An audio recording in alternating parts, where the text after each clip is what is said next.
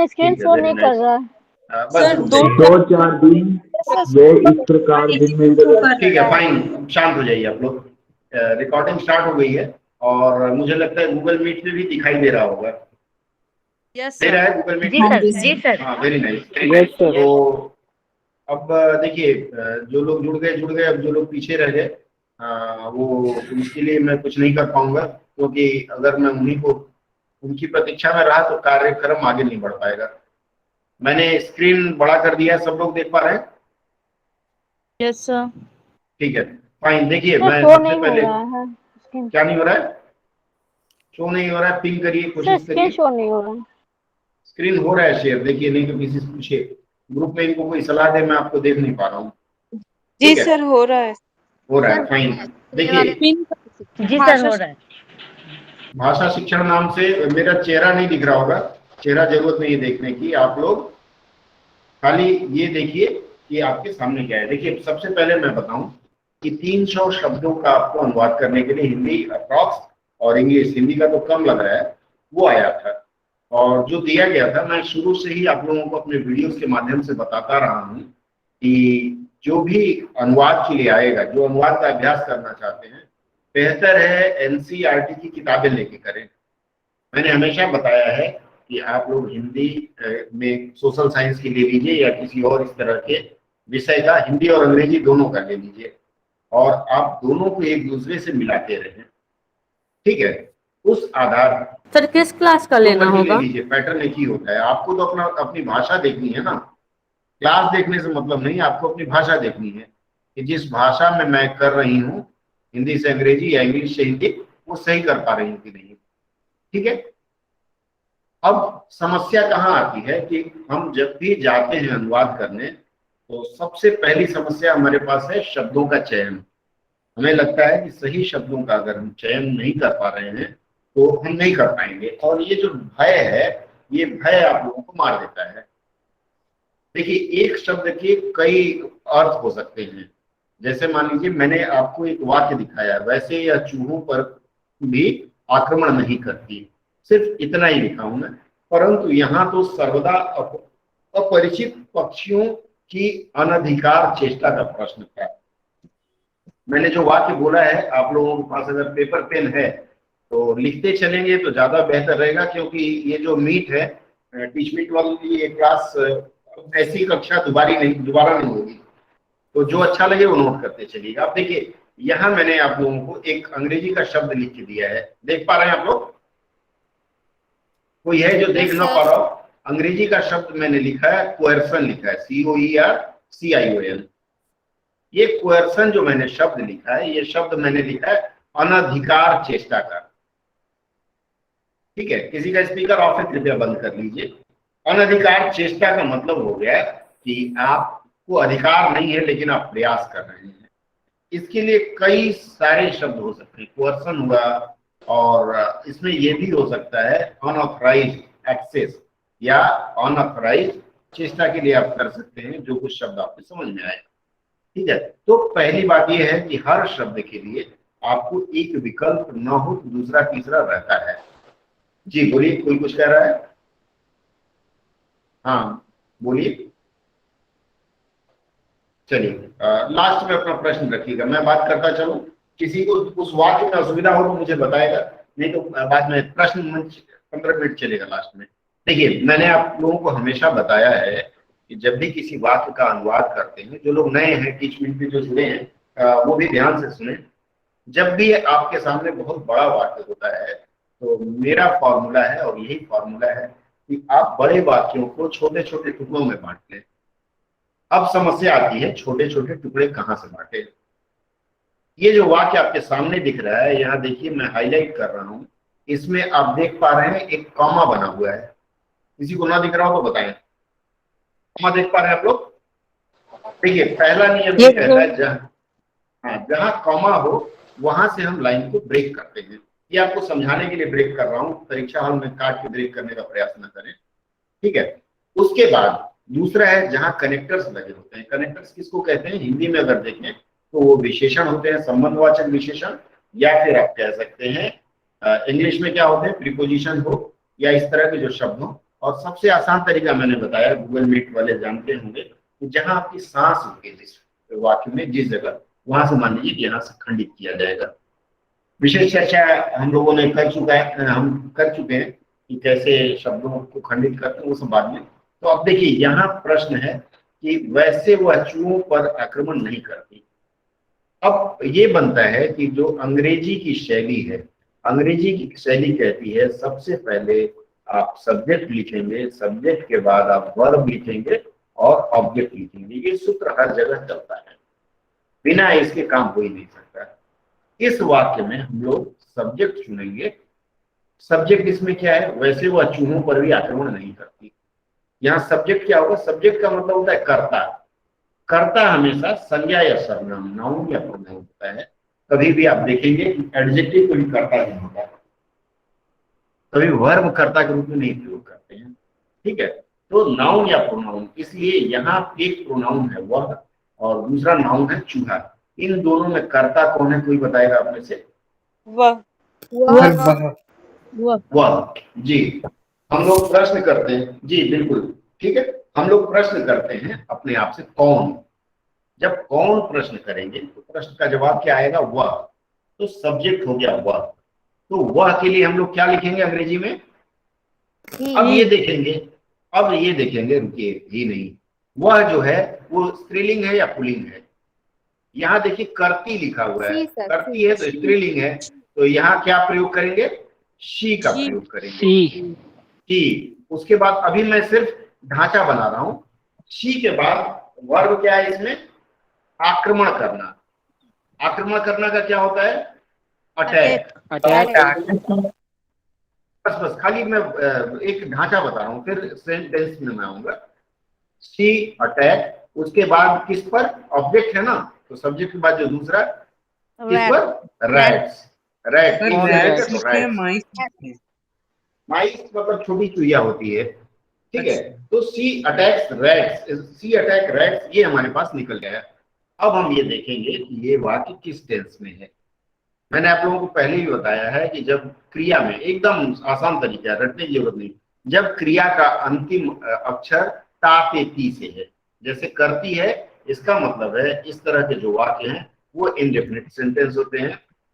और इंडेफिनिट में मैंने बताया है क्या क्या नहीं लगाते, हेल्पिंग वर्ब नहीं लगाते हैं। हेल्पिंग वर्ब मतलब इज एम आर नहीं लगाते हैं, ठीक है। तो इज एम आर नहीं लगाएंगे तो क्या करेंगे, वर्ब में हम लोग क्या लगाते हैं, वर्ब में एस या एस।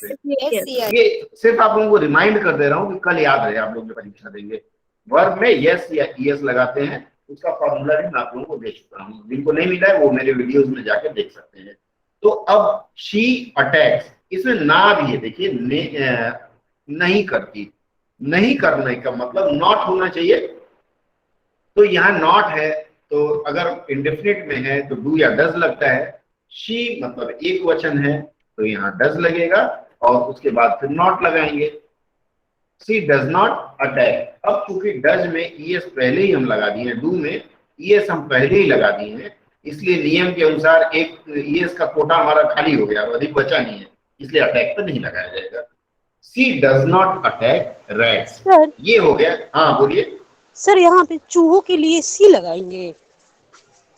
चूहो सब्जेक्ट कौन है यहाँ, कर्ता।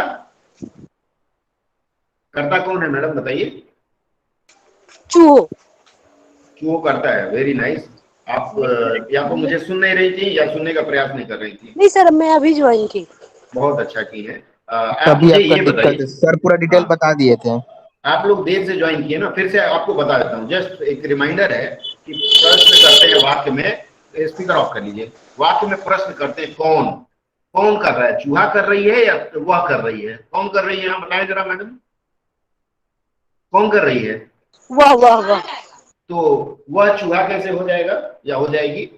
तो शी इसलिए मैंने लगाया है। एम आई राइट और लेफ्ट? ठीक है बताएं, ठीक है। हाँ। बुझ गई ना, ठीक है, वेरी नाइस। बाकी लोगों को मैं लगेगा, किसके लिए? एनिमल्स के लिए। एनिमल्स के लिए क्या सी लगाएंगे कि इट लगाएंगे? इट लगाएंगे। तो शी लगाने में क्या दिक्कत है? शी लगाने में क्या दिक्कत है, क्यों नहीं लगेगा जरा बताएं हमें। अरे हम लोग तो चांद को भी सी लगाते सर हैं। यहाँ शी तो वह के लिए लगा रहे हैं ना। सर वो बिल्कुल, सोच बिल्कुल। रही है ना कि चूहा के लिए आप शी लगा रहे हैं, इसलिए पूछ रही नहीं है। नहीं नहीं नहीं, वो जो मैं शी लगाया हूँ वो भी एनिमल के लिए है, लेकिन क्या दिक्कत है, हम तो चांद को भी शी कहते हैं, चांद कोई सजीव है। उस विषय पे हम नहीं जाएंगे अभी आज, ठीक है। आप इस पर फिर कभी चर्चा करेंगे जब किसी सर को वैसे विशिष्ट। को इवन हाँ करते हैं। बोलिए, इवन क्या कह रहे हैं? वैसे को जैसे वैसे वह चूहों पर भी आक्रमण नहीं करती, तो वैसे को हम इवन में लिख सकते हैं। हाँ, ठीक है, बिल्कुल सही कह रहे हैं, सर सेंस के although अंदर। लेकिन वो मैं अभी उस पर आया नहीं हूँ, अभी आप सेंटेंस फॉर्मेशन सुनिए। तो मेरा ये कहना है कि जब बहुत आत्मीयता से किसी से बात करते हैं ना, तो हम तो पेड़ों को भी ही सी कर देते हैं। तो यहाँ आत्मीय स्वजन के रूप में बात करें, इसलिए सी और ही का प्रयोग होगा। ऑब्जेक्शनेबल नहीं, आपको अच्छा नहीं लगता आप कीट लगा लीजिए, ठीक है। अब रह गया वैसे, पूरा वाक्य नहीं बना, वह चूहों पर आक्रमण नहीं करती, ये तो हमने बता दिया कि she does not attack the rats.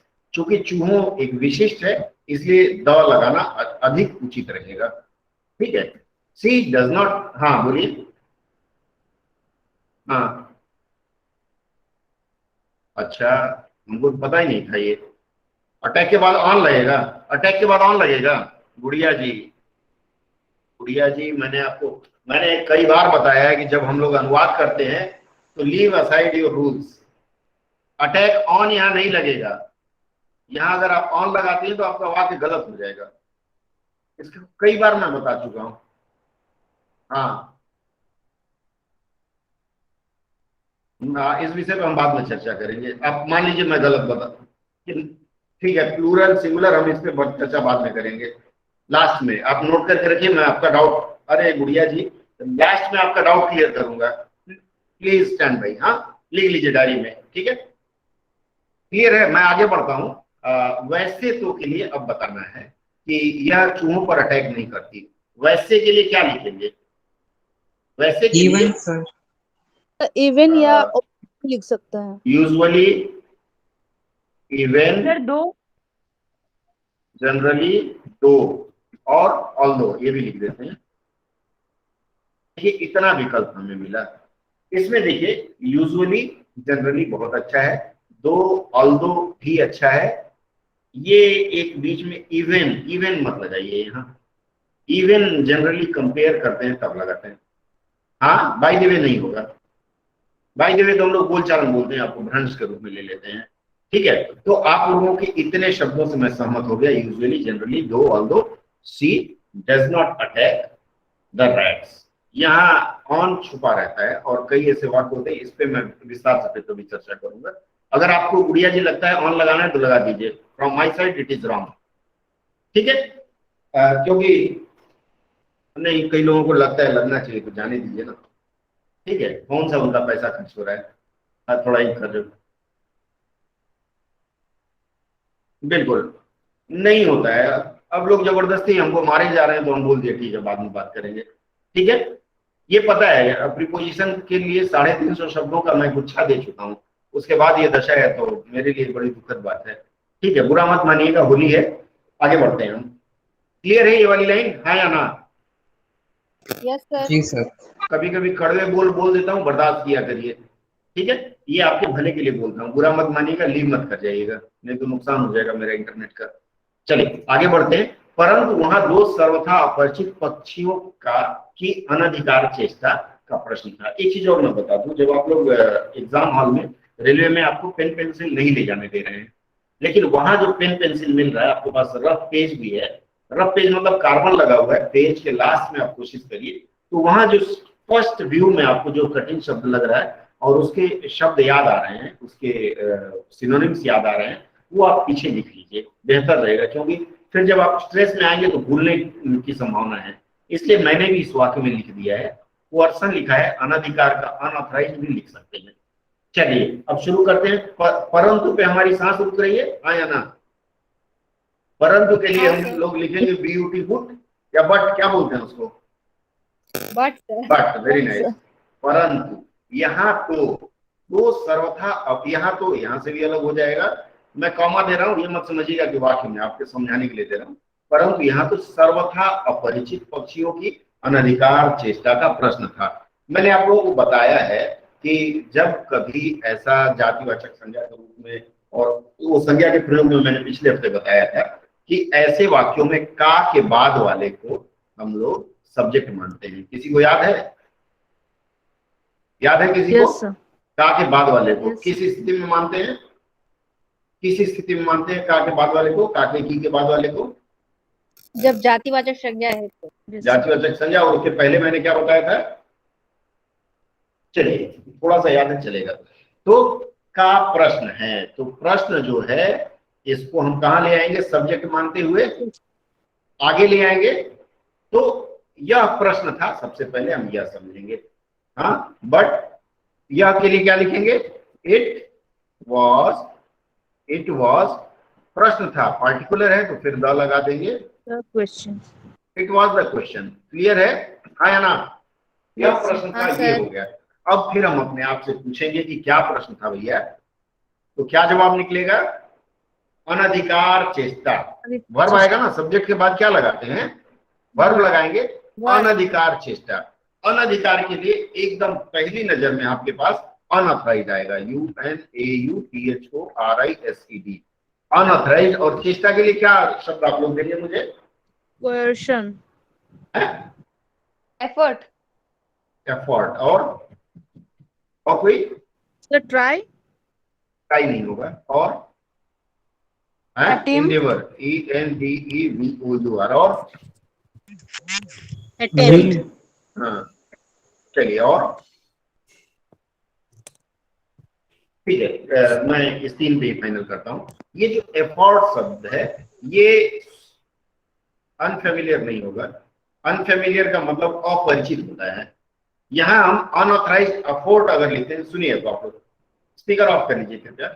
यहाँ देखिए, क्योंकि आप लोग ऑनलाइन हैं, थोड़ी देर बाद यूट्यूब पे भी ये वीडियो जा सकता है, तो ध्यान रखिएगा मर्यादा का। तो मैंने ये बताया अनऑथराइज्ड एफर्ट लिखेंगे, या एफर्ट जो कहते हैं, इसका मतलब होगा अनधिकार चेष्टा। ये जो एक शब्द मैंने निकाला कोअर्सन, कोअर्सन का मतलब ही होता है अनधिकार चेष्टा।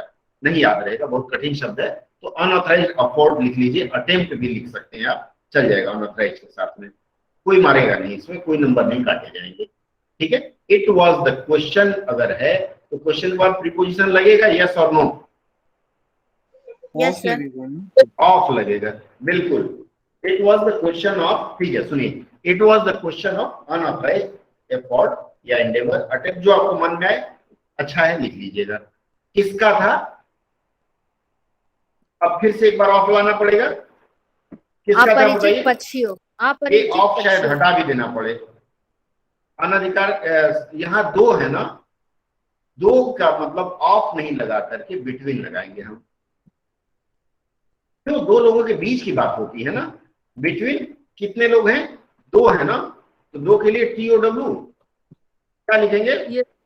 TW। TOW या TW? TW, sir.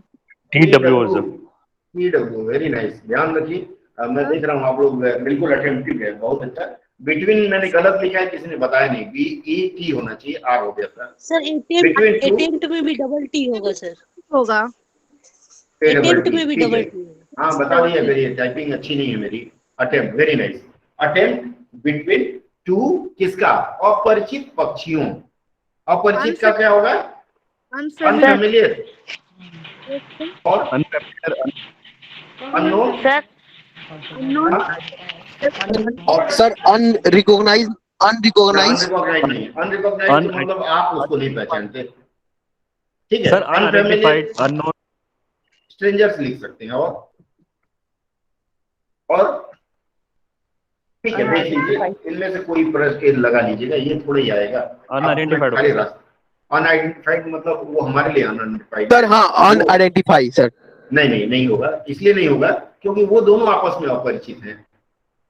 ठीक है, तो आपस में अपरिचित का अनफेमिलियर हो सकता है, आपस में अननोन हो सकता है, स्ट्रेंजर हो सकता है। अनआइडेंटिफाइड कह देंगे तो पक्षियों की प्रजाति हम पहचान ही नहीं रहे हैं, कहीं चांद से आ गया होगा। ठीक है, तो टू अनफेमिलियर। हाँ, पक्षी को क्या लिखेंगे? पक्षी को बर्ड्स।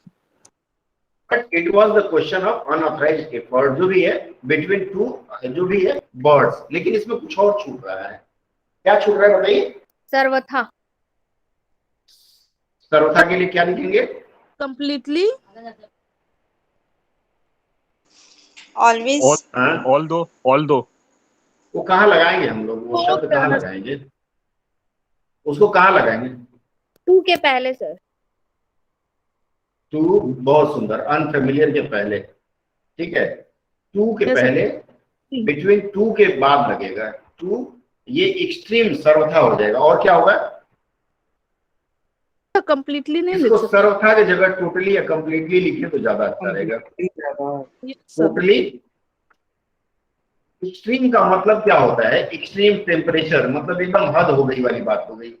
आपने तो Yes. हद कर दी, हद कर दी आपने, गाना भी था ना कहीं, ठीक है। एक्सट्रीमली लिखेंगे तो थोड़ी देर के लिए मान लिया जाएगा, कम होगा। बोलिए। अति लिखते हैं, अति अतिरेक जहां होता है वहां एक्सट्रीम का प्रयोग करते हैं, मत करिए। हाँ, सर्वथा मतलब टोटली या कंप्लीटली लिख लीजिए, ठीक है। कुछ और छूट रहा है इसमें, क्या छूट रहा है?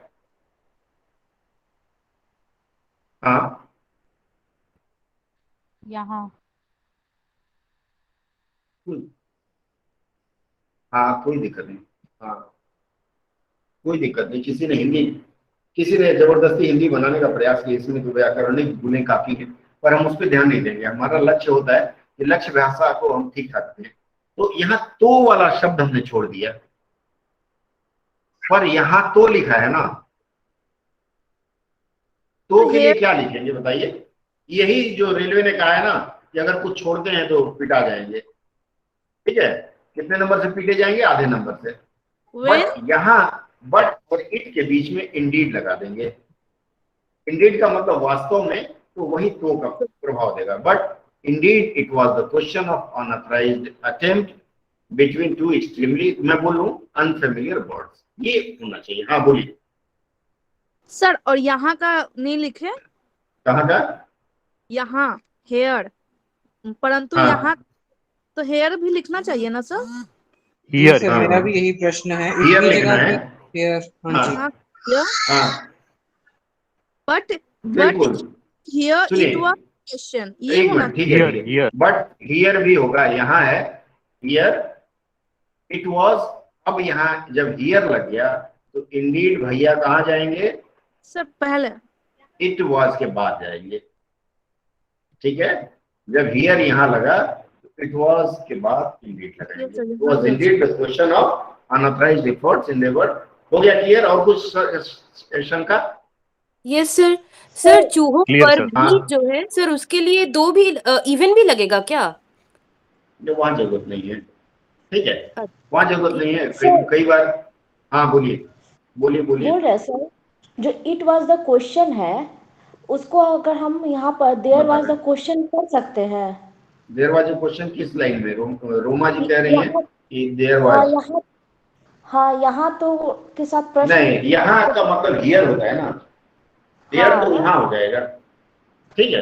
अच्छा, चलिए आगे बढ़े। कर सकते हैं। हाँ हाँ, देयर वाज ठीक नहीं लगेगा, यहाँ तो है ना हियर। हाँ, हाँ। वैसे अगर देखा जाए तो इस वाक्य में आप हियर छोड़ भी देना तो चल जाएगा, क्योंकि हिंदी में कहा जाता है यहाँ, लेकिन अंग्रेजी में इट वाज लिखने से सेंस पता चलता है कि यही कह रहे हैं।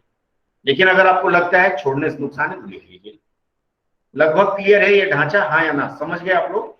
Clear, sir. और टीचमेंट दोनों में हम आगे बढ़े? Yes sir. जी ठीक सर। है, अब हम आगे बढ़ते हैं। देखिए कुछ बातें हो सकता है मैं बताने में छोड़ दे रहा हूँ, क्योंकि मैं भी आपके साथ एग्जाम दे रहा हूँ, अभी भी ये सब देख रहा हूँ, तो इसलिए बर्दाश्त करिएगा, और जो कमी रह जाए उसको फिर अपने हिसाब से ठीक करिएगा। अब अगला वाक्य है, उसके लिए दरवाजा बंद रहे और ये दोनों उसकी दृष्टि में अरे गहरे मेरी मेज को अपना सिंहासन बना ले।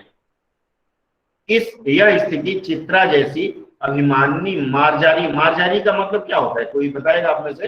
वैसे मैंने लिख दिया है, फिर भी अगर किसी ने कभी देखा हो, मार्जारी का मतलब क्या होता है? मार्जारी बिल्ली को कहते हैं। हाँ, मैं भी पहली बार देखा, बाद में मैंने देखा। तो मार्जारी का मतलब होता है बिल्ली, ठीक है। मार्जारी का मतलब महिला बिल्ली, संस्कृत का शब्द है मुझे लगता है, तो इसलिए मैंने फीमेल कैट लिख दिया है, ठीक है। मादा बिल्ली मादा बिल्ली हिंदी में सही शब्द है क्या? सर। हाँ सर मराठी में भी मांजर बोलते हैं, मांजर। मंजर हो सकता है सर मराठी का है। ऐसा वर्ड दे दे हाँ हम लोग को अगर नहीं समझ में आएगा तो क्या करेंगे? हाँ, ये बहुत बड़ा प्रश्न है कि अगर ऐसा शब्द दे दे जो हमारे समझ में ना आए, तो ऐसे शब्दों के लिए आपको रामबाण चलाना है। कौन सा रामबाण? आप उसका लिप्यंतर। लिप्यंतरण, ठीक है, दैट इज रामबाण। ठीक है, संजीवनी बूटी है। चलिए आगे बढ़ते हैं। सर एक उसके- अनुवाद हाँ, में कितना लिप्यांतर कर सकते हैं सर? एक को मत करिए, जबरदस्ती थोड़ा ही लिप्यंतरण करना ही पड़ेगा, जापान जैसा। ये ऐसे अमेरिका ने जापान, सुन लीजिए, अमेरिका ने जापान को ऑर्डर दिया कि 100 टूल चाहिए और बोला उसमें 2 खराब चल सकता है। अब जापान वाले खराब बनाने के चक्कर में 10 घंटा बर्बाद किए। उनसे पूछा गया तो जापान वाले बोले कि साहब ये खराब बनाने के चक्कर में हमारा 10 घंटा बर्बाद हुआ, आप खराब कभी मत मानिए। तो ये परिपाटी न बनाए, आप प्रयास करें, हिंदी पढ़ें। ठीक है, आगे बढ़ते हैं हम। ये छोटे मोटे प्रश्न। सर ये जो बिल्ली है, बिल्ली फीमेल को ही तो बिल्ली कहते हैं, जो मेल होता है उसको तो बिल्ला कहते हैं ना। तो मैंने आपसे तो पूछा था कि मादा बिल्ली सही प्रयोग है कि नहीं, तो आपने ऑब्जेक्शन नहीं दिया। तो मैं बोल रही थी, फिर किसी एक ने बोल रही थी, इसके बाद मैं चुप हो गई, कोई एक जवाब दे रही थी तो उन्होंने सही जवाब दिया था। आगे बढ़ते, उसके लिए दरवाजा बंद रहे, और है तो और से मैं फिर इसको काट दूंगा। उसके लिए दरवाजा बंद रहे, इसके क्या होगा? क्या बंद रहे? प्रश्न करेंगे, क्या बंद रहे? क्या बंद रहे? दरवाजे को क्या बोलते हैं? विंडो। डोर। विंडो कौन बोला? Sorry sir, sorry. वो -10 लिख लेगा अपनी डायरी में। हाँ, दरवाजा बंद रहे, इसका क्या होगा? ये बंद रहे। देखिए, ये एक तरह से मुझे लगता है पैसिव वॉइस का वाक्य है, तो बंद रहे का क्या लिखेंगे? For them door is closed. Door be close. इसके लिए फॉर देम। अब ये फॉर देम आप आगे ले लें या पीछे ले लें, विशेष मैटर नहीं करेगा परीक्षा में, इतनी बारीकी कोई नहीं देखेगा। For them door be close, ठीक है। उसके बाद क्या होता है? और आया है कंजंक्शन। वो ट्रेन के 2 डिब्बे क्या जोड़ता है? एंड। रेलवे के लिए जा रहे हैं, ट्रेन के 2 डिब्बे जोड़ना है आपको, तो और से जोड़ना है। और ये दोनों के लिए these two या these two sir, these two very good.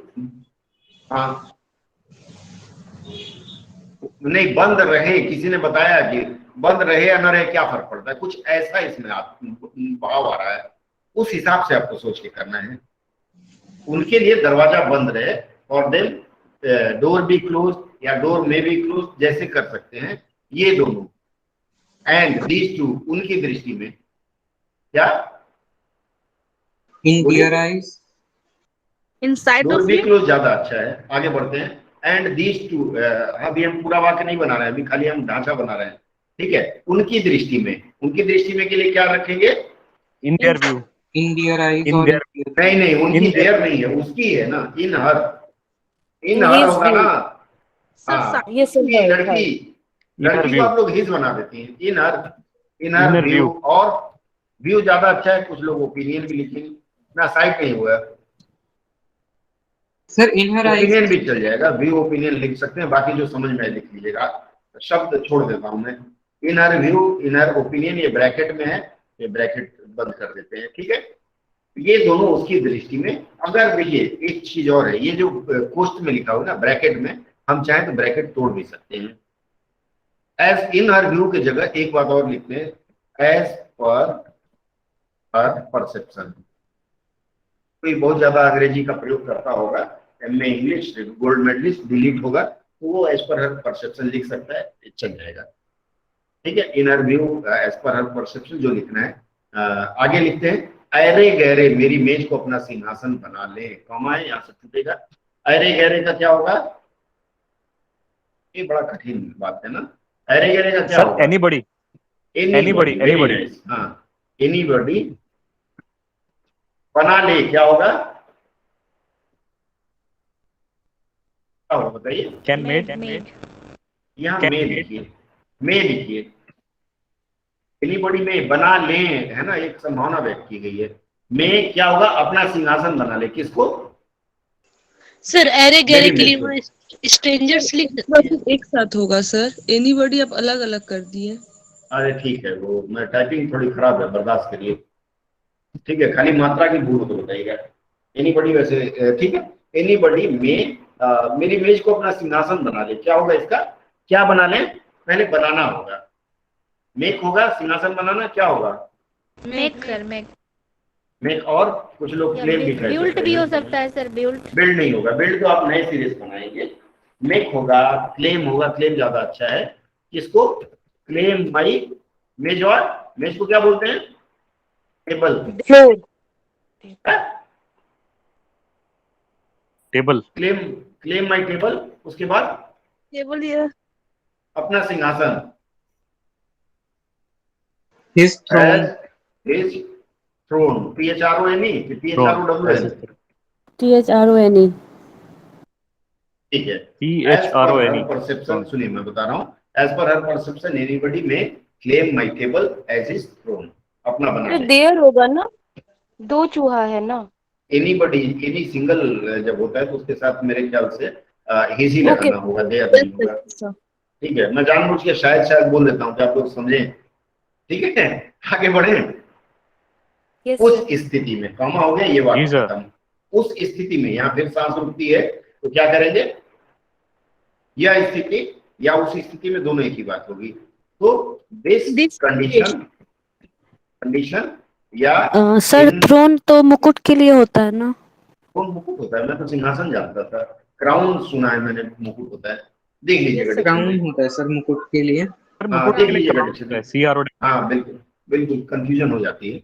In this condition या इन दैट केस या इन, और क्या लिखना चाहेंगे? Situation sir. In this situation. चलिए, बस ज्यादा विकल्प मत लीजिए, सब कंफ्यूज हो जाएंगे। ठीक है, पहला होगा दिस कंडीशन, मतलब यह स्थिति चित्रा जैसी अभिमानी मार्जरी के लिए असह्य कही जाएगी। दिस कंडीशन ज्यादा अच्छा है। ठीक है, इन दैट केस ये लिख सकते हैं, नहीं याद आ रहा हो तो। क्या कही जाएगी अब बताइए? ऐसे में है असह्य कही जाएगी। कही जाएगी के लिए हम लोग वुड का प्रयोग करेंगे। आगे की इस तरह का वुड का प्रयोग में पिछले हफ्ते मैंने आप लोगों को बताया था। वुड बी क्या होगा? इस कंडीशन वुड बी असह्य क्या होगा? Untolerable. Very nice. MTOLERABLE। May be या मे बिकम भी कह सकते हैं। मे बी, अच्छा यहाँ कही जाएगी लिखा है ना, तो मे बी के बाद आप कॉल्ड लिख लीजिए। कॉल्ड या रेफर्ड। कॉल्ड ज्यादा अच्छा रहेगा। रेफर्ड क्या है? अनटॉलरेबल। किसके लिए? अब यहाँ लाएंगे किसके लिए? फॉर का प्रयोग होगा, हाँ या ना? Yes sir. किसके लिए? अभिमानिनी मार्जरी। अभिमानी का इगोइस्टिक। इगोइस्टिक ज्यादा अच्छा है। एक और शब्द होता है, मैं भूल गया सर। एरोगेंट एक और कोई शब्द होता है। लगेगा। Arrogant. Very nice. Arrogant. Arrogant. ROGANT।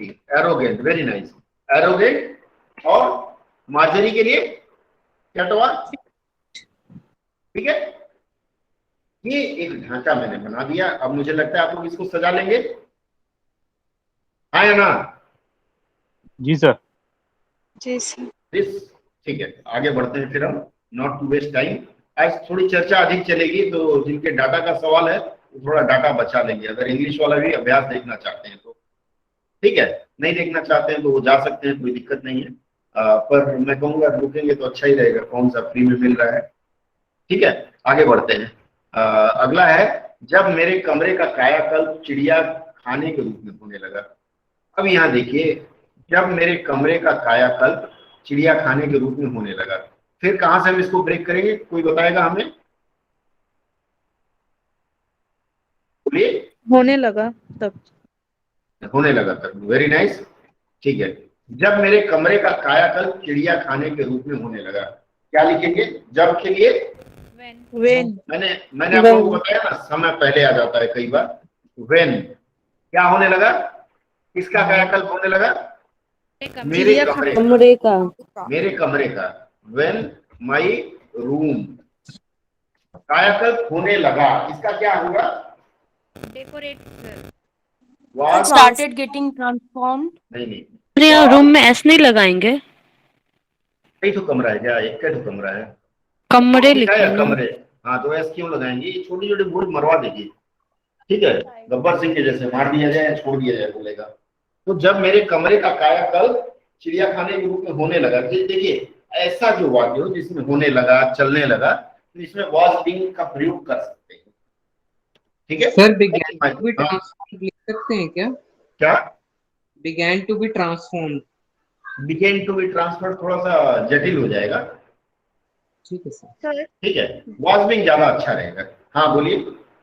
Sir when the decorum of my room, ऐसे कर डेकोरम सकते नहीं हैं? होता है, नहीं नहीं बाबा, डेकोरम नहीं होता है, डेकोरेशन कर सकती है, लेकिन पूरा कायाकल्प का मतलब पूरा उधेड़ बुन के, जहां दरवाजा था वहां खिड़की, जहां खिड़की वहां दरवाजा, इस तरह का हो रहा होगा।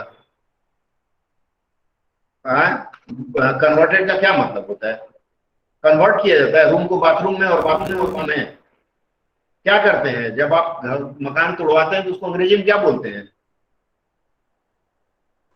सर Renovate रेनोवेट यूज कर सकते हैं सर। रिनोवेटेड रेनोवेट, होता है। हाँ, रेनोवेट यूज, मकान हमेशा एकदम होगा, क्यों नहीं होगा।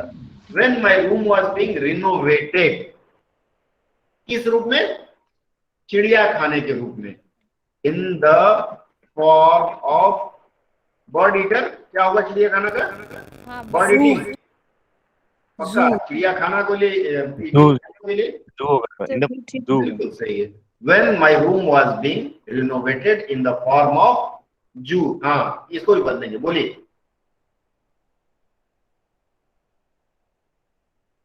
चेंज थोड़ा सा अलग हो जाएगा, एक कमरा छोड़ के दूसरे कमरे में जा रहे हैं, लेकिन यहाँ तो वही कमरा है ना, उसी को बदला जा रहा है। जैसे मान लीजिए मेरा जो कमरा था मैंने उसको अपना स्टडी रूम बना दिया, जो लोग आए घर उनको पता होगा। तो when my room was being renovated in the form of की जगह क्या लिखेंगे, हाँ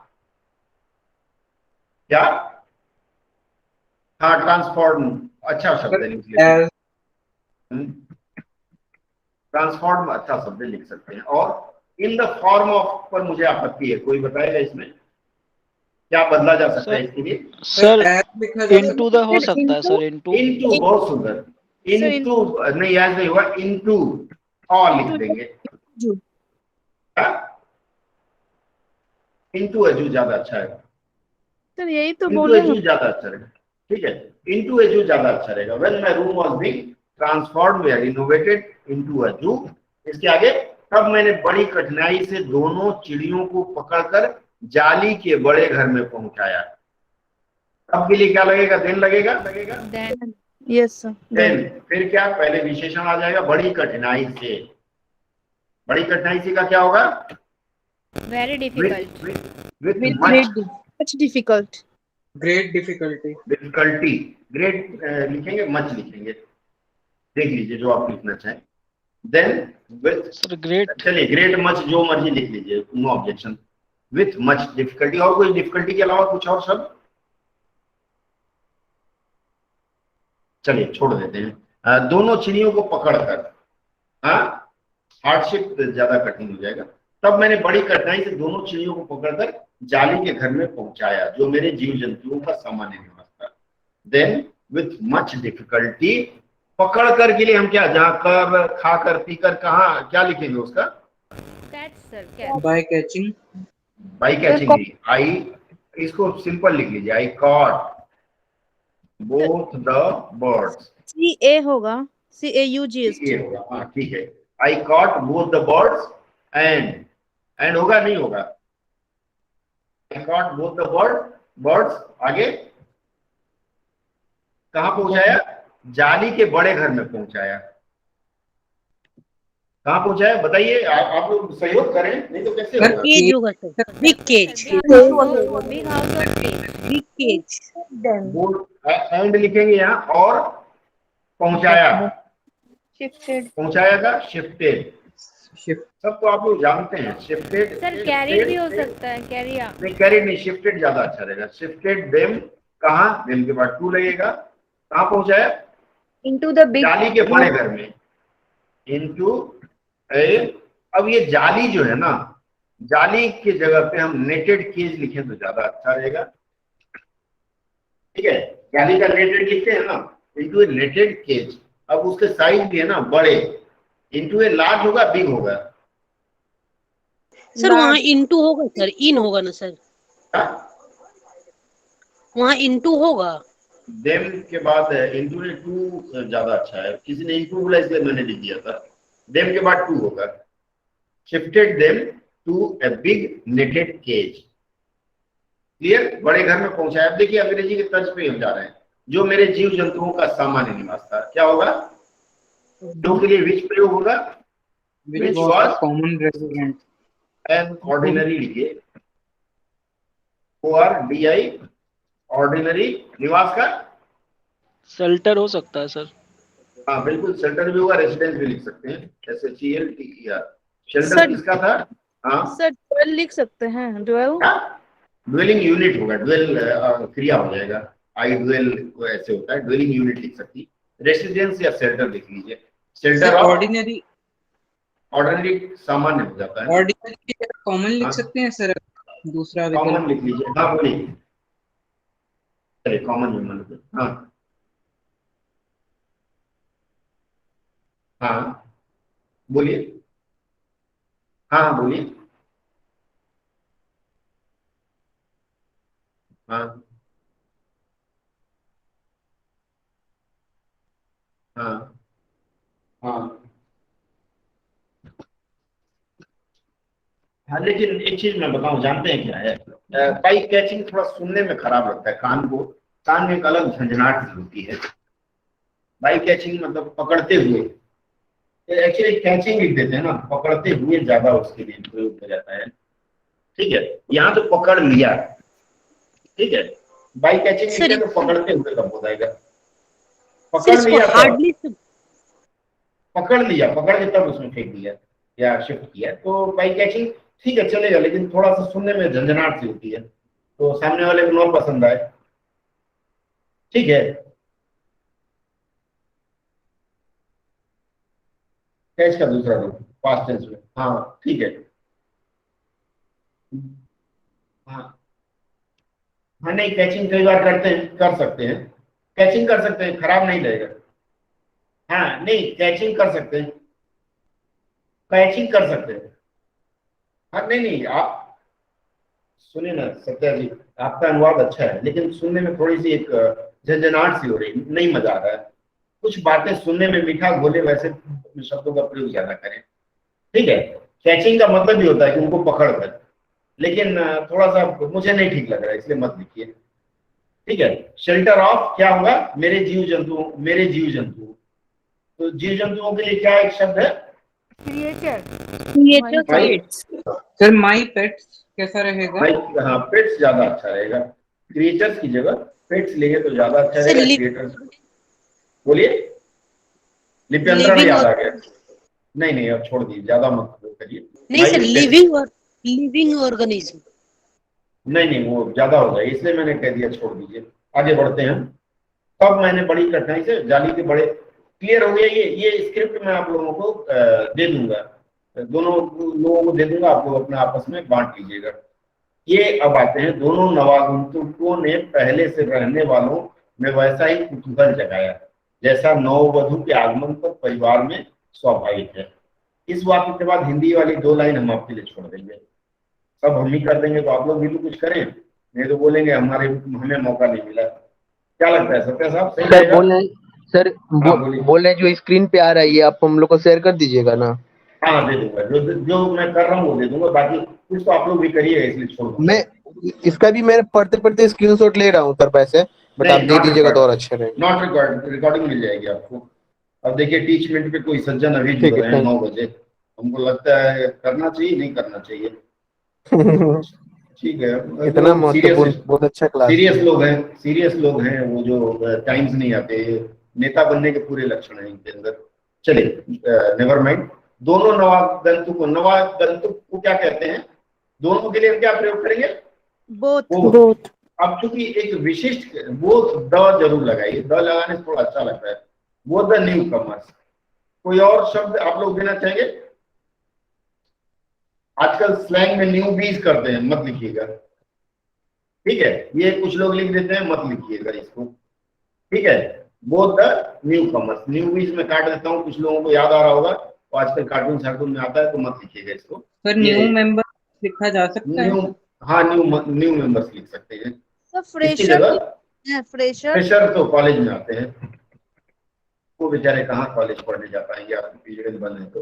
दोनों नवागंतुकों को ने का यहाँ हो गया, but both the new commerce या न्यू मेंबर्स। पहले से रहने वाले में वैसा ही कुतूहल जगाया। अब जगाना का क्या होगा, सॉरी ये सब्जेक्ट हो गया, समझ गया ना, ये सब्जेक्ट हो गया बोथ द न्यू कमर्स। अब कुतूहल जगाया, वर्ब आएगा ना सब्जेक्ट के बाद, तो वर्ब क्या होगा, क्या लिखेंगे, कुतूहल जगाएगा, एराउज ज्यादा अच्छा रहेगा। एराउज क्या, क्यूरियोसिटी, ऊपर लिखे है ना, कौन सा सिटी, इंटरसिटी नहीं है, क्यूरियोसिटी है, हावड़ा सिटी नहीं है, ठीक है सर शोर्ट होगा ना, हाँ शोर्ट क्यूरियोसिटी नहीं होगा ना, शोर्ट नहीं, एराउज ज्यादा अच्छा है, क्यूरियोसिटी के लिए एराउज लिखिए, ठीक है। बोथ द न्यू कमर्स या न्यू मेंबर्स एराउज्ड क्यूरियोसिटी, कहाँ जगाया सर? क्यूरियोसिटी तो जिज्ञासा के लिए होता है। हाँ कुतूहल भी यही होगा, बाकी हाँ क्यूरियोसिटी किसमें, इन क्या होगा, इन द, रहने वालों के लिए क्या प्रयोग करेंगे, already living, already living. Inhabitants करें तो, इनहैबिटेंट्स करें तो, ड्वेलर्स भी ठीक है लेकिन थोड़ा सा, इनहैबिटेंट्स करें तो क्या दिक्कत है, ये ऑफ कर लीजिए सर, ठीक है सर। हाँ इनहैबिटेंट्स, उसके बाद ऑफ, या आप ये लिख सकते हैं कोई स्टेशन के बगल में स्पीकर ऑफ कर ले, जिनका घर स्टेशन बगल में वो अपना स्पीकर ऑफ कर लें। इसमें ये भी लिख सकते हैं, मान लीजिए आपको इनहैबिटेंट्स नहीं आ रहा है तो इन द एनिमल्स या क्रिएचर्स या इन द पीपुल लिख भी सकते हैं, people who were already living there, ये भी लिख सकते हैं, ठीक है। ओल्ड मेंबर्स भी तो लिख सकते हैं, ओल्ड मेंबर्स, हाँ ओल्ड मेंबर्स, इनमेट अक्सर, हाँ इनमेट अक्सर जेल में होते हैं, तो जेल वाला शब्द ना दें बेचारे को, ठीक है। ओल्ड मेंबर्स, रेसिडेंशियल मत लिखिए, रेसिडेंट लिख सकते हैं, RESIDENTS, रेसिडेंट लिख सकते हैं। आप इनमें से जो लगे लगा लीजिए, ठीक है। अब आपकी इच्छा पर छोड़ देता हूँ, ठीक है। आगे बढ़े, both the newcomers aroused curiosity, हाँ बोलिए बोलिए सत्य सर, हाँ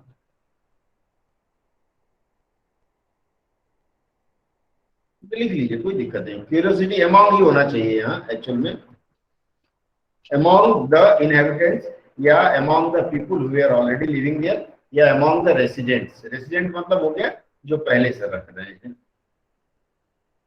जैसा नववधु के आगमन पर परिवार में स्वाभाविक है। अब ये जो वाक्य, इसको कहाँ रखेंगे, क्या लिखेंगे यहाँ जानते हैं, कौन कोई बताए कि कैसे इसको जोड़ेंगे, कंजंक्शन लगा के। कहाँ लगाएंगे उसको, एज नहीं, ये एराउज के बाद, सुने, एराउज के बाद ही सच ए लिख देंगे, सच ए क्यूरियोसिटी। सच ए क्यूरियोसिटी का मतलब हो गया ऐसा कौतूहल। उसके बाद आप वो आके लिखें, ठीक है, जैसा जो भी है आपको जो समझ में है वो लिख लीजिए। क्लियर है, रेसिडेंस। अब ये नववधु वाला लास्ट में लिख देंगे, सच ए क्यूरियोसिटी अमॉन्ग द इनहैबिटेंट्स, जो भी है, उसके बाद विच लगा करके आप लिख सकते हैं। विच इज क्या होगा, विच के बाद इज, उसके बाद क्या होगा, नेचुरल, नेचुरल जो भी है, नेचुरल कॉमन। आगे आगे, when a newlywed Upon the arrival. whenever a newly wed, weds या wed रहेगा, newly wed या wedded, जो भी लिखे आप देख लीजिएगा इसको। हाँ, न्यूली वेडेड कम से अराइव्स, अराइवल होगा ना, अराइव, वेरी नाइस, अराइव्स कहाँ, इन ए फैमिली, एकदम आसानी से। Arrival होगा ना, अराइवल नहीं होगा, अराइव्स होगा। आगमन का हमने ये कर दिया ना, ये न्यूली वेडेड अराइव्स लिख दिया। आपको अगर अराइवल लिखना है तो व्हेनेवर नहीं लगा के on the arrival of A newly wed in a family होगा। सर न्यूली वेडेड की जगह पे ब्राइड नहीं लिख सकते? ठीक है, न्यू का वो जो ब्राइड ब्राइड जो, हाँ बोलिए।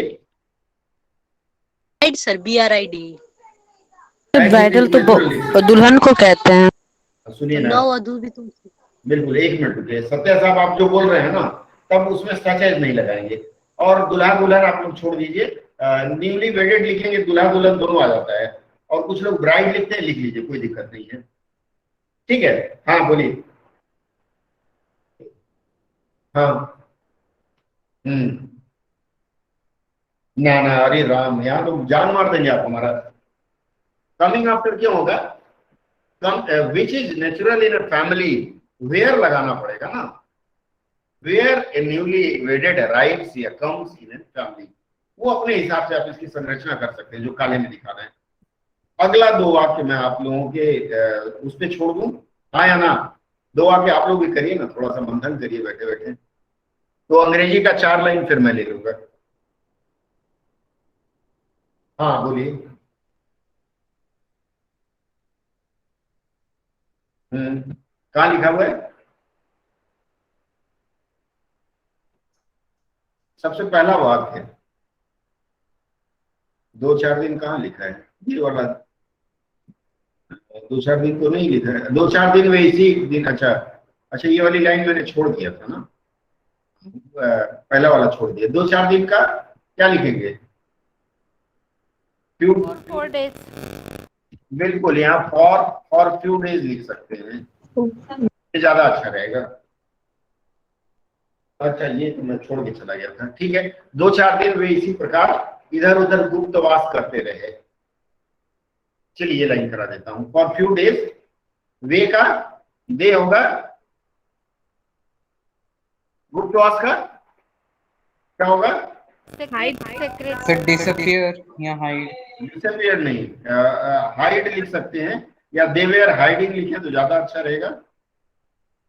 गुप्तवास करना मतलब छुपे हुए थे। ठीक है, दे वेयर हाइडिंग, कहा? अच्छा, यहाँ वेयर नहीं होगा, दे केप्ट ऑन हाइडिंग लिखे तो ज्यादा अच्छा रहेगा। Here and there, इधर उधर। नहीं, सुनिए ना, दे केप्ट ऑन हाइडिंग लिखिए। ठीक है, दे केप्ट ऑन हाइडिंग, छुपते रहे, है ना। कवर्ड भी लिख सकते हैं, हाँ कवर्ड लिखे हैं, लेकिन मान लीजिए याद ना आए परीक्षा में, कठिन शब्द इसलिए मैंने लिख दिया था। दे केप्ट ऑन हाइडिंग मतलब वो छुपे रहे, गुप्तवास करते रहे का मतलब होगा छुपे रहे। ठीक है, या दे वेयर कवर्ड लिख सकते हैं। इधर उधर का here and there, here and there.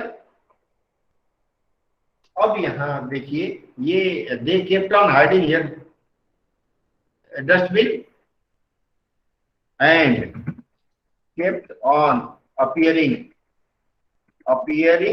in the dustbins। ठीक है, रद्दी की टोकरी, डस्टबिन। सर गार्बेज नहीं हो जाएगा? गार्बेज भी लिख दीजिए, क्या फर्क पड़ता है? डस्ट और गार्बेज एक ही होता है, गार्बेज बड़ा होता है, डस्टबिन छोटा होता है। ठीक है, for few days they kept on hiding here and there and kept on appearing in dustbin. 2 बार केप्ट ऑन अच्छा लग रहा है क्या? नहीं सर। दे, ये फॉर फ्यू डेज बीच में जाएगा। They kept on hiding here and there for few days and, यहां केप्ट ऑन अपीयरिंग की जगह पे आप अपीयर्ड लिख सकते हैं। केप्ट ऑन अपीयरिंग की जगह पे अपीयर्ड भी लिख सकते हैं, अपीयर्ड इन डस्टबिन, तो आपको अच्छा लगे रिस्क लेवल समझ करके। मतलब कभी कभी छुपे थे तो कभी कभी आते ही हैं, इसका ये अर्थ हो गया अपीयर्ड इन द डस्टबिन। ठीक है, क्लियर है? आगे बढ़े। Yes sir. फिर आश्वस्त हो जाने पर, कभी मेरी मेज पर, कभी कुर्सी पर और कभी मेरे सिर पर अचानक अभिर्भूत होने लगे। अभिर्भूत का अपीयर होना चाहिए या कम होना चाहिए। फिर आश्वस्त हो जाने के बाद इसका क्या लिखेंगे? फिर के लिए एंड लिख सकते हैं, एंड आश्वस्त हो जाने के बाद, आफ्टर, बाद है ना, तो आफ्टर मतलब बाद में, बीइंग एश्योर्ड, ASSURED, इसका कोई और शब्द हो तो लिख सकते हैं। अनहेल्दी। आफ्टर बीइंग एश्योर्ड, हाँ हाँ बोलिए। कन्विंस्ड। हाँ बोलिए बोलिए। सर कन्विंस्ड होगा। आश्वस्त होने के लिए कंफर्म कंफर्म नहीं होगा। आफ्टर बीइंग एश्योर्ड या कन्विंस्ड नहीं होगा। कन्विंस्ड नहीं होगा, कन्विंस्ड नहीं होगा।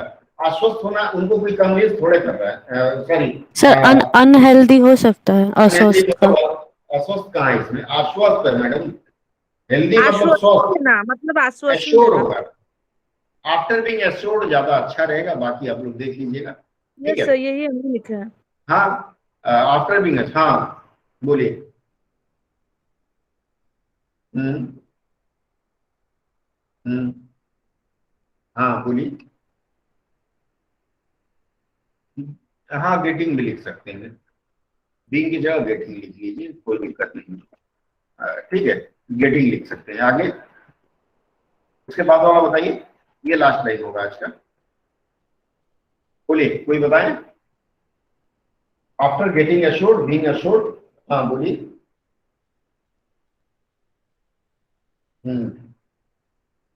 ये सडनली अचानक तो नहीं है ना, कभी है। वे नहीं, सिर पे अचानक आते हैं।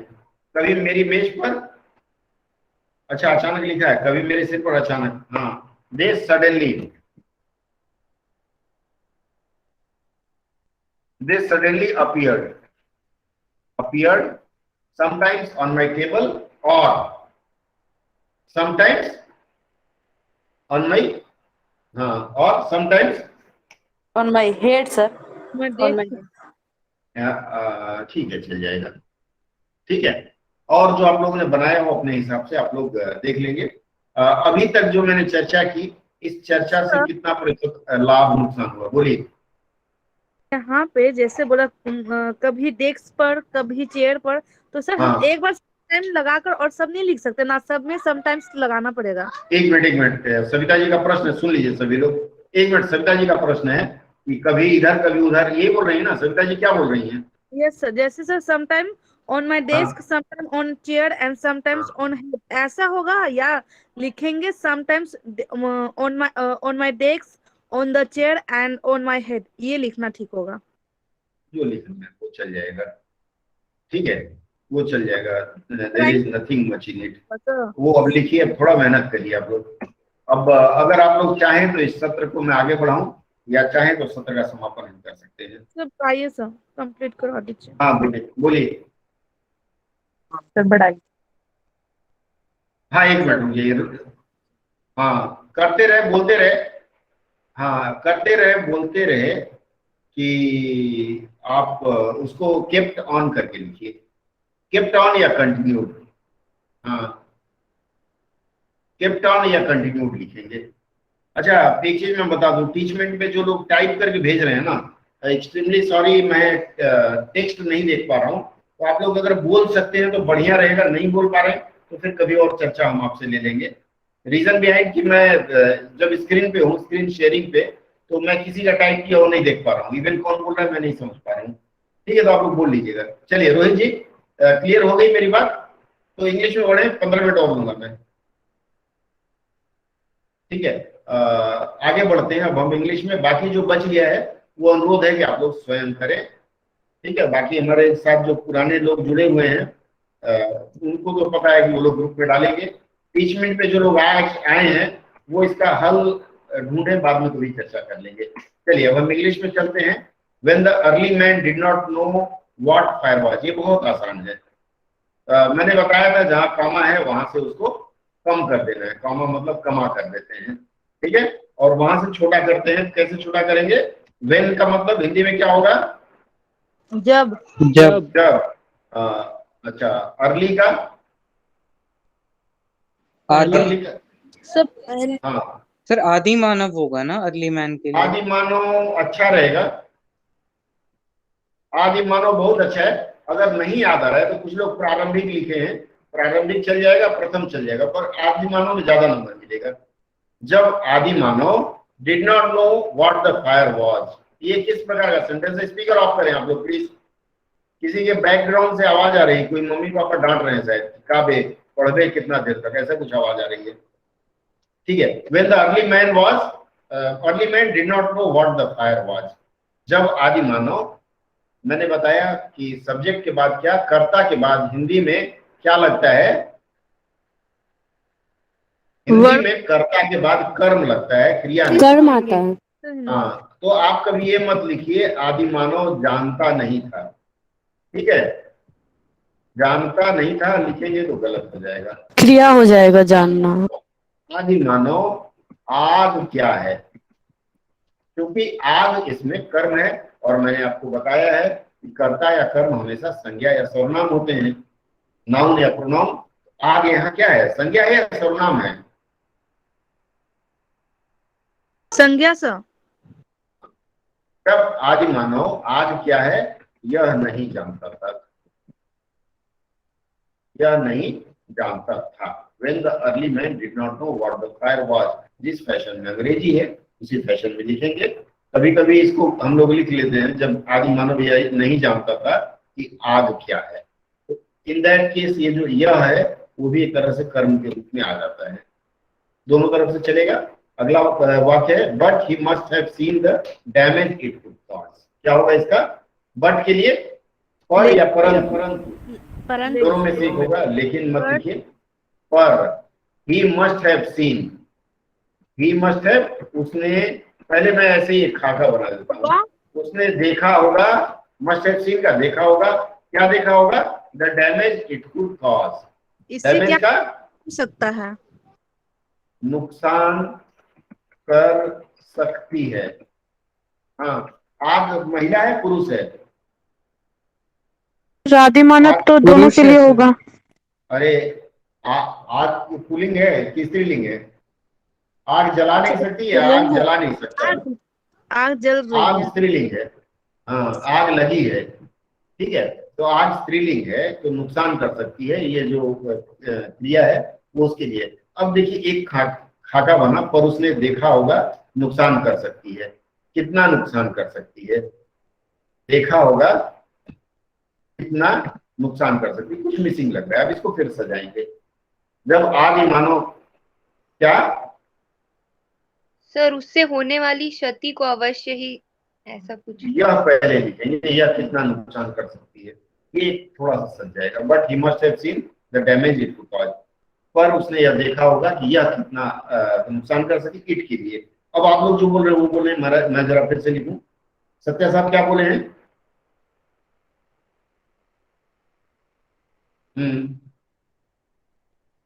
यह, हाँ, पर उसने, हाँ ठीक है काट दिया, पर उसने यह अवश्य देखा होगा, अवश्य देखा होगा के बाद फिर की लगेगा, ये एक तरह से पहले रफ बनाते हैं फिर फाइनल करते हैं कि अवश्य देखा होगा कि यह कितना नुकसान कर सकती, एक इस पैटर्न में होगा। बाकी आप लोग जो बोले जब आदि मानव आग क्या है यह नहीं जानता था, या जब आदि मानव यह नहीं जानता था कि आग क्या है, पर उसने यह अवश्य देखा होगा कि, हाँ बोलिए।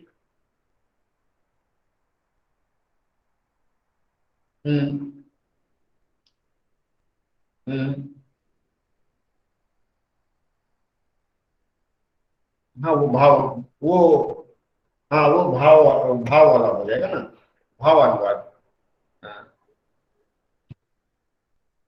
एक्चुअली क्या है ना, परीक्षा में अमूमन वो लोग आपका पैटर्न देखते हैं, आपका ज्ञान देखते हैं ना, तो भाव अनुवाद कई बार हमको नुकसान करा देता है, वो बोलेंगे कि छोड़ दिया। नहीं तो इसका सही अनुवाद प्रोफेशनल के रूप में अगर मैं करूं तो जब आदि मानव आग के बारे में नहीं जानता था, ये ज्यादा अच्छा रहेगा। लेकिन हम लोग चर्चा कर रहे हैं आरआरबी परीक्षा के बारे में ना, तो कोई बात नहीं, थोड़ा कंफ्यूज हो लीजिए, कंफ्यूज हो लीजिए, लेकिन पैटर्न मत छोड़िए। उसमें लिख ही दिया है कि ग्रामर हो गया, ये हो गया तो मार देंगे। जब आदि मानव आपके बारे में नहीं जानता था, ये अच्छा प्रयोग है, लेकिन उसमें लिख दिया है कि आप गलत ढंग से करेंगे तो आपको हम आपका गला काट देंगे, ठीक है। जब आदि मानव आपके बारे में नहीं जानता था तब इसमें पर नहीं होगा, तब भी उसने, ठीक है, उसने इसकी भयावहता को देखा होगा, तब तेरा भाव अनुवाद में इस तरह चल जाएंगे। तब भी उसने इसके नुकसान को देखा होगा। ठीक है, इस तरह से आप लिख सकते हैं। आगे बढ़े। यस आया सर। ना। Yes He sir. must have watched lightning and volcanoes long before he began to use fire himself. क्या होगा इसका? He must have watched, क्या होगा? उसने देखा होगा। लाइटनिंग, उसने देखे होंगे, थोड़ा ज्यादा सम्मान दे दिया हमने। उसने देखा होगा, ठीक है। ये He अवश्य must ही have watched, उसने अवश्य ही देखा होगा। क्या? लाइटनिंग। उसने क्या देखा होगा? प्रकाश को। अरे लाइटनिंग मतलब यहाँ बिजली के, उसके लाइटनिंग हमेशा बिजली बिजली बोलते हैं, आसमानी बिजली। उसने बिजली, लाइटनिंग को बिजली और जो एवं, हाँ बोलिए। ज्वालामुखी ज्वालामुखी, हाँ बोलिए, सुन रहा हूँ।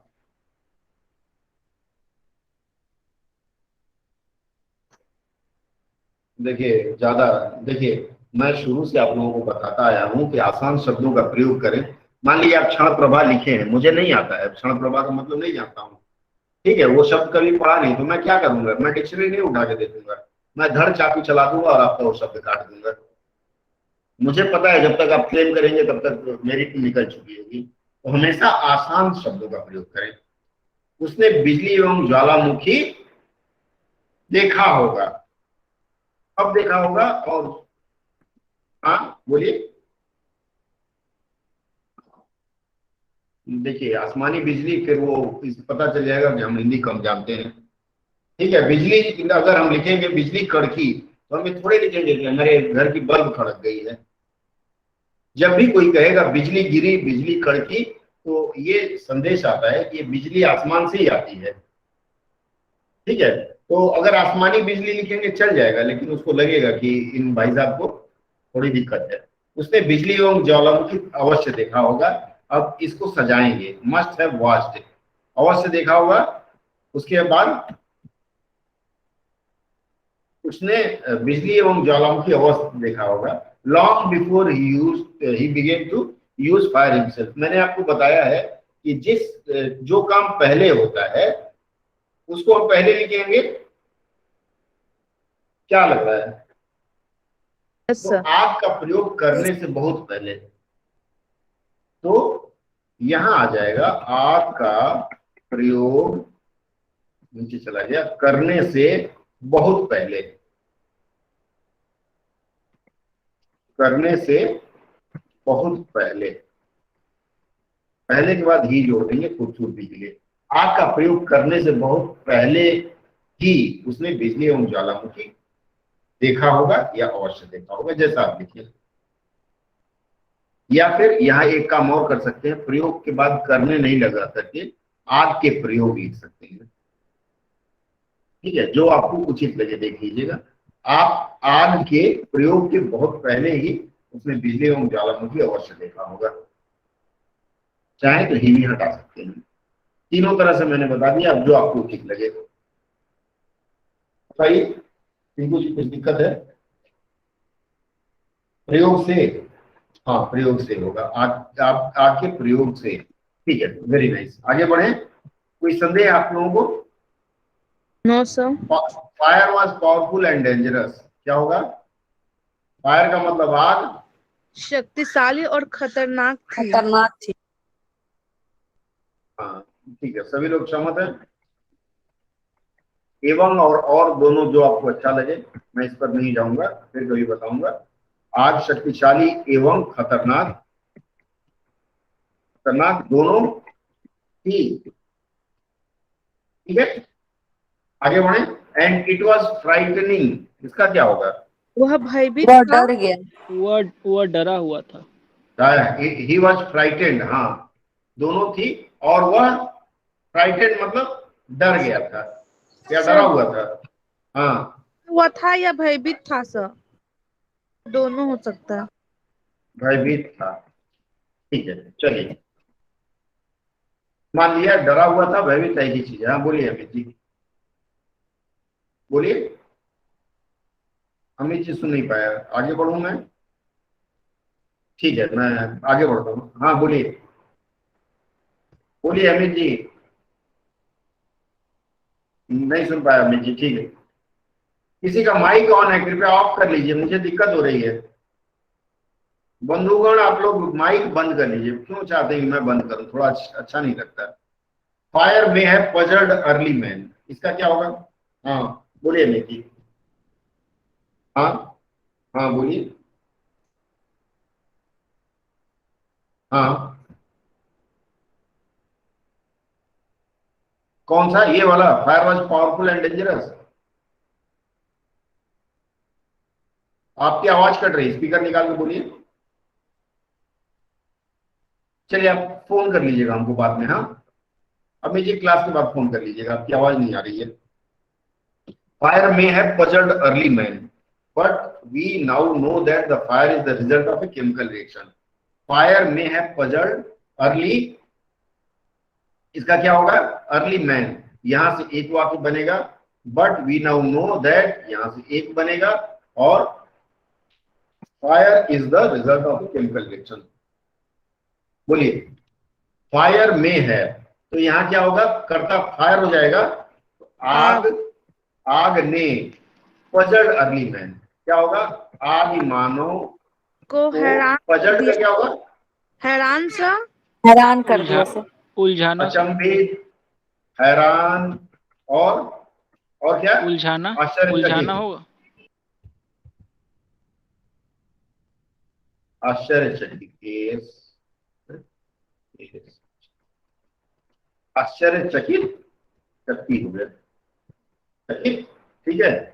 आश्चर्यचकित जो भी लिखेंगे, किया होगा, बट पर या परंतु या लेकिन जो लिखना है, पर ज्यादा अच्छा रहेगा। वी नाउ नो दैट, क्या होगा? वी का हम अब जानते हैं, पर अब हम यह जानते हैं कि क्या? Fire is the result of a chemical reaction. इसका क्या होगा? फायर का मतलब आग कैसे निकलती है? एक रासायनिक परिवर्तन, प्रतिक्रिया, रिएक्शन को प्रक्रिया नहीं, प्रतिक्रिया, ओ सॉरी सर, हाँ जी, प्रतिक्रिया का परिणाम है। इसको लिख सकते हैं कि एक रासायनिक प्रक्रिया के कारण आग उत्पन्न होती है, ये भी लिख सकते हैं अगर भावानुवाद करना होगा तो। ठीक है, आगे बढ़े। When the oxygen in the air combines with carbon and hydrogen in a fuel, इसका एक करेंगे, क्या होगा? When the oxygen in the air का क्या होगा? कहाँ का स्थान पहले लेंगे? हवा में। जब वायुमंडल या फिर हवा लिखेंगे। हवा में, ऑक्सीजन इन द एयर है ना, हवा में ऑक्सीजन की हिंदी नहीं होती, ऑक्सीजन ही लिखेंगे। हवा में ऑक्सीजन किससे मिलता है? Carbon and hydrogen. कार्बन तथा हाइड्रोजन से। इन्हें फ्यूल है ना, फ्यूल को हिंदी में क्या कहते हैं? ईंधन। तो इन्हें फ्यूल, तो फ्यूल कहाँ ले जाएंगे? जब वायुमंडल, हवा में ऑक्सीजन इन द एयर, यह होना चाहिए कि हवा का होना चाहिए, या फिर जब ईंधन में, यहां से हम कर सकते हैं जब थोड़ा बहुत हमको सुधारना पड़ता है, जब ईंधन में वायुमंडल या हवा में या हवा की या हवा का या क्या लगेगा? और से ऑक्सीजन, कार्बन तथा हाइड्रोजन क्या होगा? बोलिए। के साथ मिलती है। आइए, हाँ बोलिए।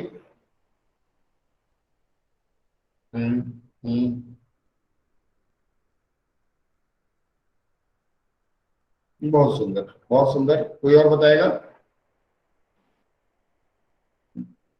जब, अब देखिए ऐसा वाक्य जिसमें हमको कहीं हार्ड पैड ना मिले, when the oxygen in the air combines with the oxygen and hydrogen, तब हमें मजबूरन भावानुवाद लेना पड़ता है। तो जब, क्या बोले हैं रोहित जी, फिर से बोलिए। रोहित जी। हाँ। हम्म, अक्सर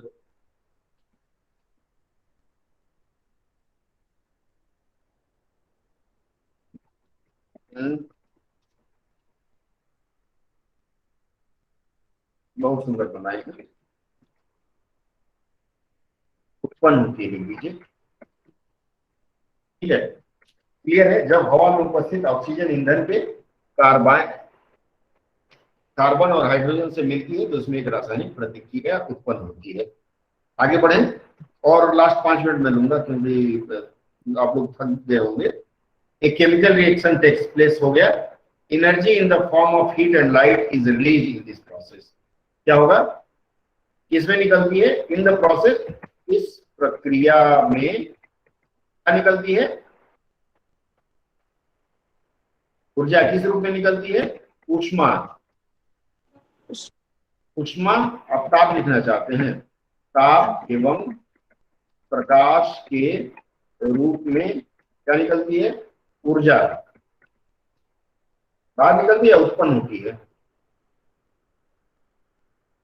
रिलीज होता है ना, रिलीज को उत्सर्जित होती है, उत्सर्जित होती है, केमिकल है तो इसलिए उत्सर्जन लिखिए, उत्सर्जित होती है।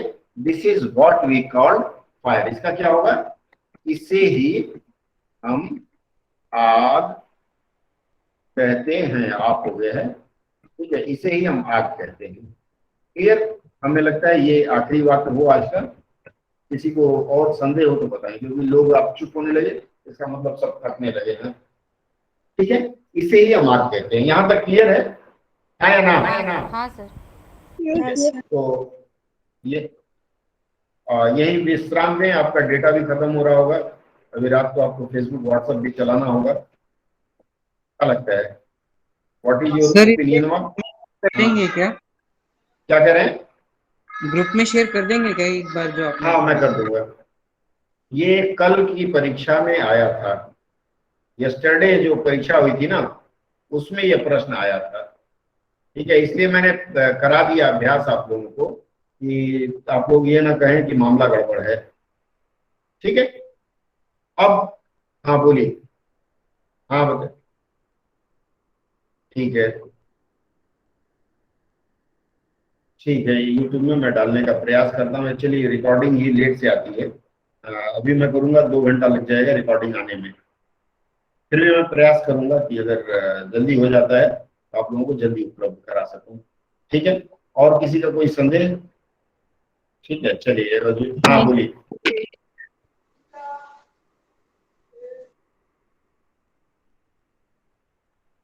बिगन मतलब शुरू होना। बिगन जो है, उदाहरण आपकी तरफ से आए तो ज्यादा सहूलियत होगी। बिगिन और बिगेन जो कहते हैं ना, क्या कहना चाह रहे हैं, बोलिए। आप कुछ कहते हैं, कुछ कहें पर। बिगिन मतलब शुरू होना। देखिए, बिगिन, BEGIN, बिगिन का मतलब होता है शुरू होना। बिगेन मतलब शुरू हुआ। ये अलग अलग रूप है ना उसके, उसके अलग अलग रूप हैं, उसमें कोई बड़ी बात तो है हार्ड। मैं फर्स्ट सेकंड थर्ड फॉर्म में, वो जब वाक्य रहेगा आपके सामने तब हो पाएगा। मैं स्क्रीन शेयरिंग बंद कर रहा हूँ। ठीक है, क्लियर है अभी तक? कल के लिए यही टिप्स है, घबराए नहीं, भगवान का नाम लें और अच्छे से करें, दैट्स ऑल। ठीक है, जो आए, जैसे यहां आपने धीरज के साथ मुझे सुना, ठीक है, वैसे ही आप वाक्य को धीरज के साथ देखेंगे, 2 बार 3 बार देखेंगे। कई लोगों ने कई तरह की गलतियां की हैं आज चर्चा में, उस तरह की गलती नहीं दोहराएंगे। क्लियर है, any doubt? No doubt sir. हाँ बोलिए। हाँ, वो तो मैंने आपको बता दिया ना, पैसेज पूरा पढ़ना है, पूरी। हाँ बोलिए।